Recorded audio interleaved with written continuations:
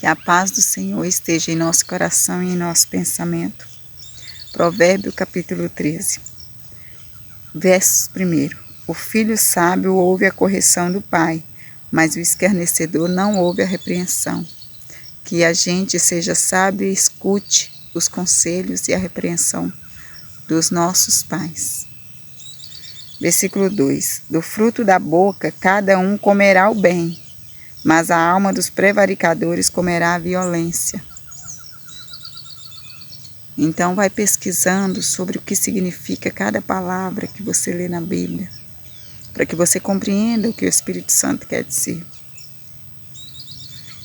Do fruto da boca vai comer o bem, mas você vai comer o bem do fruto da sua boca. Se você semear palavras boas, você vai colher o bem. Agora, se você tiver uma alma de prevaricador, você vai comer a violência. Quer dizer, mais uma vez, você vai semear e vai colher coisas boas e coisas ruins. Versículo 3. O que guarda a sua boca conserva a sua alma, mas o que abre muito os seus lábios se destrói. Falando mais uma vez sobre a língua, sobre como que a gente se prende à língua. Tudo que a gente fala traz consequências para a gente, ou traz boa colheita. Versículo 4. A alma do preguiçoso deseja e coisa nenhuma alcança, mas a alma dos diligentes se farta. Está falando sobre o preguiçoso mais uma vez. Que a pessoa preguiçosa, ele tem desejo, tem sonhos, mas ele não consegue alcançar, porque ele não vai atrás dos sonhos. Agora, a mão do diligente, o que o diligente faz, vai prosperar. E ele vai ser farto, a alma do diligente. Diligente é uma pessoa disciplinada, que tem os caminhos ordenados. Que ordem, que ele planeja e vai atrás daquilo que deseja. Versículo 5. O justo aborrece a palavra de mentira, mas o ímpio faz vergonha e se confunde. Toda pessoa justa tem que aborrecer a palavra de mentira. Não deve mentir e não deve ser conivente com a mentira. 6. A justiça guarda ao que é de caminho certo, mas a impiedade transtornará o pecador. Sendo justo e tendo o caminho certo, é assim que deve se proceder. Versículo 7. Há alguns que fazem de ricos e não têm coisa nenhuma, e outros que se fazem de pobres e têm muitas riquezas. Riqueza é principalmente relacionado à Bíblia. Na maioria das vezes, quando é questão espiritual, a riqueza não é dinheiro, não é bens materiais. É rico para com Deus, rico para com as obras do Senhor, rico para um amor não fingido, rico em paz, em alegria. Essa é a riqueza. É aquele que é pobre, mas é rico, porque é rico para com Deus. Versículo 8. O resgate da vida de cada um são as suas riquezas, mas o pobre não ouve ameaças. Aqui é nesse versículo 8 aqui, eu creio que está falando que o rico, todo mundo olha ele com muita usúria, quase ele tem até medo daqueles que se aproximam perto dele, porque, infelizmente, algumas pessoas a vida gira em torno do interesse. E no caso do pobre, ele não vai sofrer nenhuma ameaça, porque ele não tem nada que o outro cobiça. Versículo 9. A luz do justo alegra, mas a candeia dos ímpios se apagará. A luz dos justos se alegra, mas a candeia do ímpio se apagará. A gente sendo justo, a nossa luz vai brilhar cada vez mais. E se a gente é pessoa injusta, a nossa lâmpada se apaga. Versículo 10. Do orgulho só provém a contenda, mas com os que se aconselham se acha sabedoria.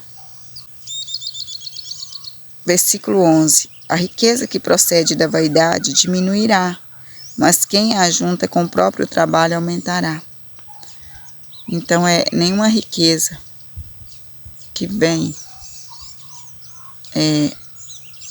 de forma torta, onde a gente adquire ela com injustiça, ela não prospera. Versículo 12. A esperança adiada desfalece o coração, mas o desejo atendido é a árvore da vida. Eu creio que a esperança adiada é quando você está buscando a realização de algo, de um sonho, e você perde as esperanças ou por uma fala do outro, ou por algo que não deu certo. E aqui está dizendo que o desejo atendido é a árvore da vida. De fato, quando a gente realiza um sonho, um desejo da gente, a gente fica muito feliz. Verso 13. O que despreza a palavra perecerá, mas o que teme o mandamento será recompensado. Não despreze a palavra, teme o mandamento para que você seja recompensado.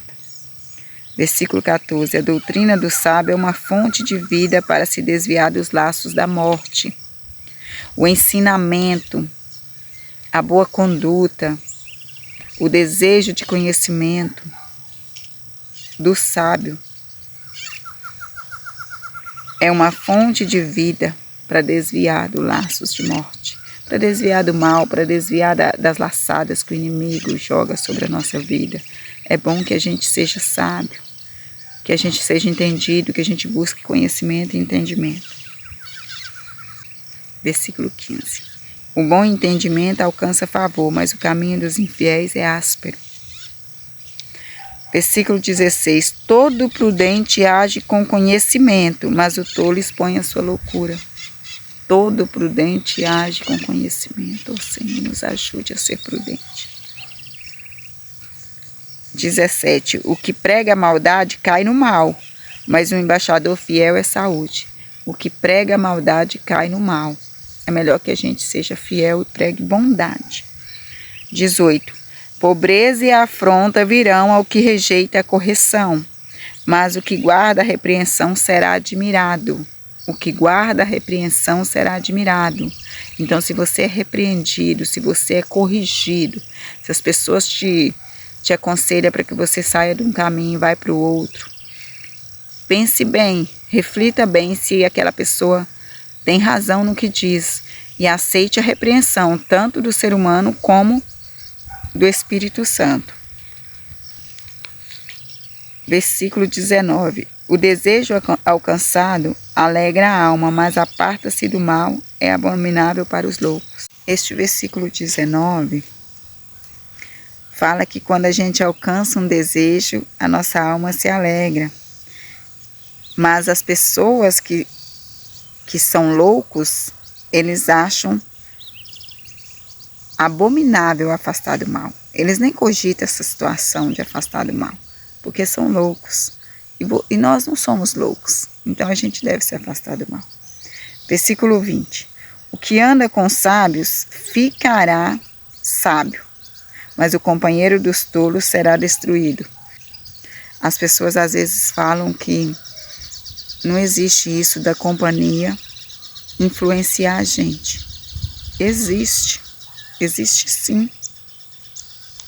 Porque você que está me ouvindo agora, quando você convive muito com uma pessoa, até as frases que a pessoa fala, você pega. Os gestos, tem pessoas que pegam o gesto até de passar a mão no cabelo, e todo o gesto do outro. Então a gente é influenciado sim. Então, aquele que anda com sábio vai ficar sábio. E aquele que anda com tolo, ele vai ser destruído. Então, se você anda com uma pessoa que faz coisa errada, a tendência é o seu coração se desviar para fazer coisa errada também.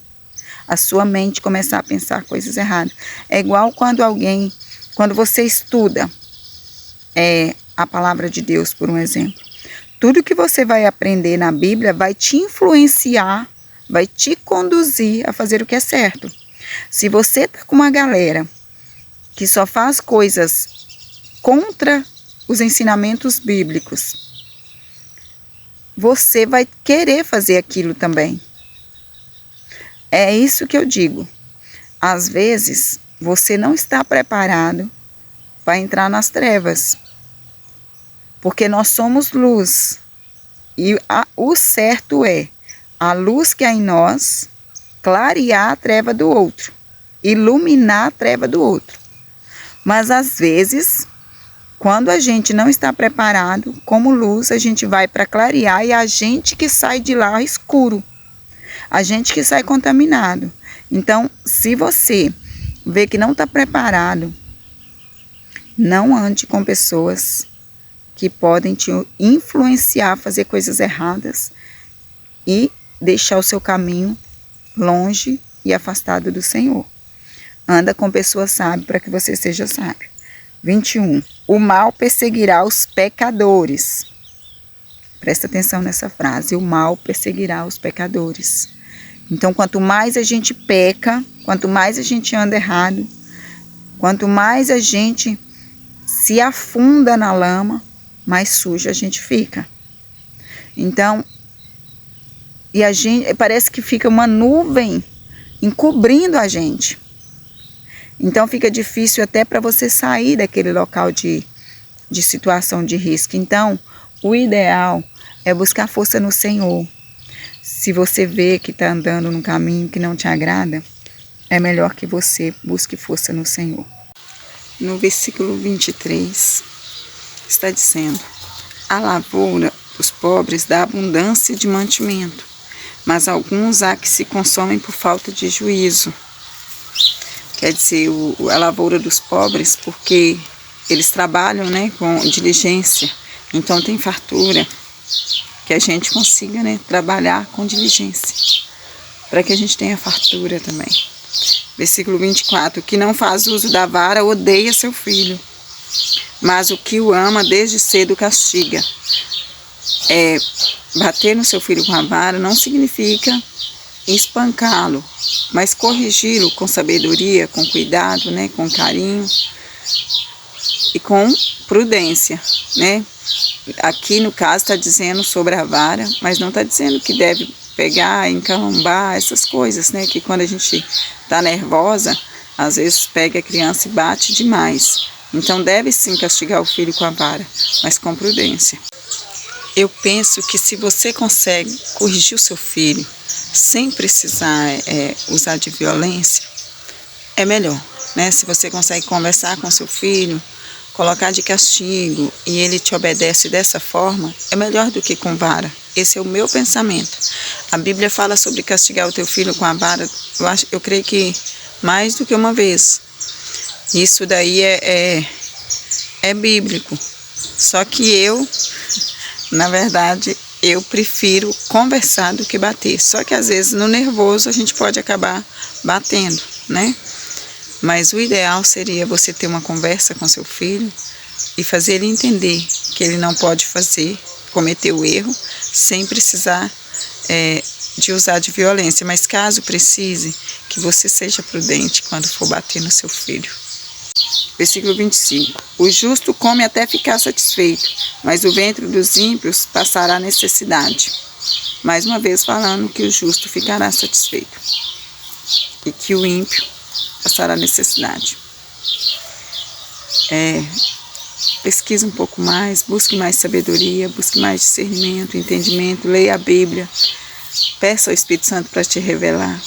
Que Deus seja a nossa prioridade, que Jesus seja o nosso maior exemplo, que o Espírito Santo seja o condutor das nossas vidas. Fique com Deus até o próximo vídeo. Deus te abençoe e abençoe toda a sua família. Dê um like, se inscreva no canal, comente, compartilhe, ative o sininho de notificação.